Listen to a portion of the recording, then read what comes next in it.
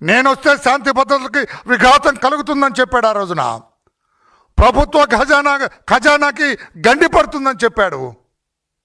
ప్రజా జీవితానికి ఆటంకం కలుగుతుందని చెప్పాడు. కనుక కోర్టులో పిటిషన్ వేశాడు. కనుక అది నిజమే, అది సబబే అని కోర్టుకు తెలియజేయటం కోసం ఆ పనికిరాని రాసిన జగన్మోహన్ రెడ్డి అనే వ్యక్తి ఈ రోజు నేను తారాచకం సృష్టించాడు.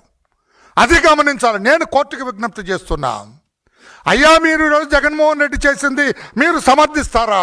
కోర్టును ప్రశ్నించకూడదని ఎక్కడ లేదండి. నేనేం తప్పు మాట్లాడటం లేదు. ప్రతి ముద్దాయి కూడా, ఇంకొక ముద్దాయి కూడా జేబు దొంగ వస్తాడండి, ఒక 1000 మందిని వేసుకొని వస్తాడండి. ఎలా చేస్తారా పోలీసులు? ఏమండి పోలీస్ ఎలా చేస్తారా మీరు? రేపు ఒక హంతకుడు ఉంటాడండి, గొడ్డలు భుజాన్ని పెట్టుకొని కోర్టుకు అటెండ్ అవుతాడు, ఒక 1000 మందిని ఊరేగింపుగా. వీళ్ళు ఎలో హిమ్, వాట్ ఈస్ దిస్? అతను ప్రజల్ని భయభ్రాంతులు చేశాడు జగన్మోహన్ రెడ్డి. ఈరోజు అతని వ్యవహార శైలితో హైదరాబాద్ నగరంలో న్యాయస్థానాల్ని భయకంపితులు చేశాడు. ఆయన సిబిఐ కోర్టు న్యాయాధిపతిని ఇండైరెక్ట్గా భయపెట్టాడు, వార్నింగ్ ఇచ్చాడు. అతను సిబిఐ కోర్టు అదేదైతే ఉందో ఆవరణ, ఆ చుట్టుప్రక్కల వ్యాపార సంస్థలను క్లోజ్ చేయించారండి.